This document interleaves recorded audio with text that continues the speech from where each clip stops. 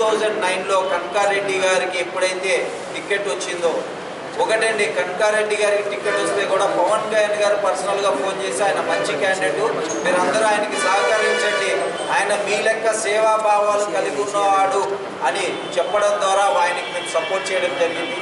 ఆ రోజు నుంచి ఆయన వెంటంటే ఉండి ఆయన ఏ పార్టీకి వెళ్తే పిఆర్పిలో మల్కాజ్గిరి డివిజన్లో ఆయన సెకండ్ ప్లేస్ కాన్స్టిట్యున్సీలో వచ్చాడంటే అది ముఖ్యమైన కారణం చిరంజీవి సేవా సమితిలో పనిచేసిన కార్యకర్తలు, ఆయన ముఖ్య అనుచరులమైన మేమే.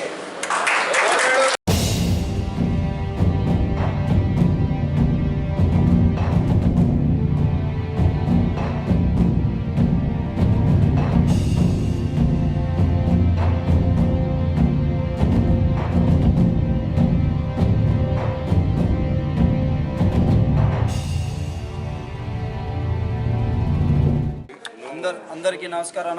ఈరోజు 140 డివిజన్ మల్కాజ్గిరి ముఖ్య కార్యకర్తల సమావేశం ఏర్పాటు చేసుకున్నామన్నా. ఎందుకంటే మాకు ఆల్రెడీ పార్టీలో కష్టపడి కనకారెడ్డి గారికి ముఖ్య అనుచరుడిగా ఉండి మాకు టిక్కెట్ వస్తుందని ఆశ కల్పించి ఈరోజు మమ్మల్ని నట్టేట ముంచారన్న. ఇంకో విధం ఏంటంటే 2 రోజుల ముందు కూడా నామినేషన్ వేసే రోజు కూడా ఆల్రెడీ కనకారెడ్డి గారిని కలవడం జరిగింది. ఆయన ఏమన్నారంటే ఆల్రెడీ టికెట్ అయ్యింది, నువ్వు నామినేషన్ వేసుకో అని చెప్పి ఆల్ ది బెస్ట్ కూడా జరగడం జరిగింది.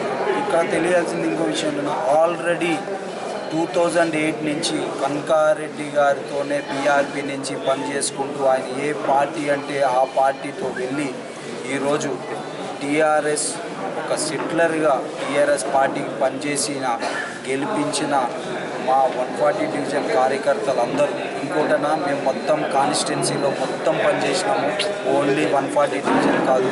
మేమంతా ఆయన అడిగింది కోరుకున్నది ఒకటేనా, పాత కార్యకర్తలం అందరం కలిసి ఒక సీట్ అడుగుతున్నామన్నా, నువ్వు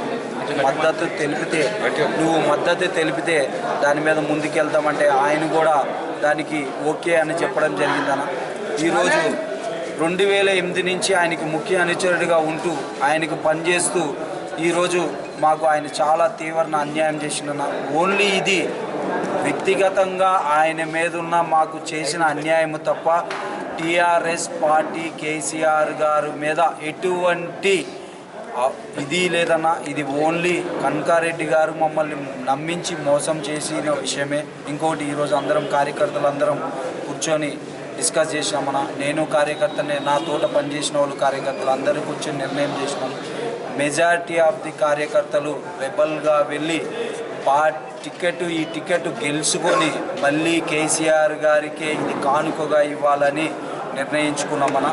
కాబట్టి మన కేసీఆర్ గారి దృష్టికి తీసుకొచ్చేది ఒకటేనా, పార్టీలో నమ్మిన కార్యకర్తలు ఎవరైతే ఉన్నారో వాళ్ళకి అవకాశం కల్పించి ఈరోజు కార్పొరేటర్ వ్యవస్థ అంటే ప్రజలకు అందుబాటులో ఉండి ఒక్కరి దగ్గర రూపాయి తీసుకోకుండా పనిచేసేవాడే కార్పొరేటర్ అనే ఉద్దేశంతోనే ఈరోజు కార్పొరేటర్ టికెట్ అడగడం తప్ప వేరే ఉద్దేశం కాదనా. కాబట్టి ఈ సభాముఖంగా తెలియజేసేది ఏమంటే, మాకు జరిగిన అన్యాయాన్ని ఖండిస్తూ మేము టీఆర్ఎస్ రెబల్ అభ్యర్థిగా పోటీ చేస్తున్నాం. రేపు భవిష్యత్తు కార్యాచరణ కూడా ప్రకటిస్తామన్నా. ఇంకో విధంగా ఈరోజు ఈ విషయం గెలిచి ఈ టికెట్ గెలిచి కూడా కేసీఆర్ గారికి బహుమతిగా ఇస్తాం. జై తెలంగాణ.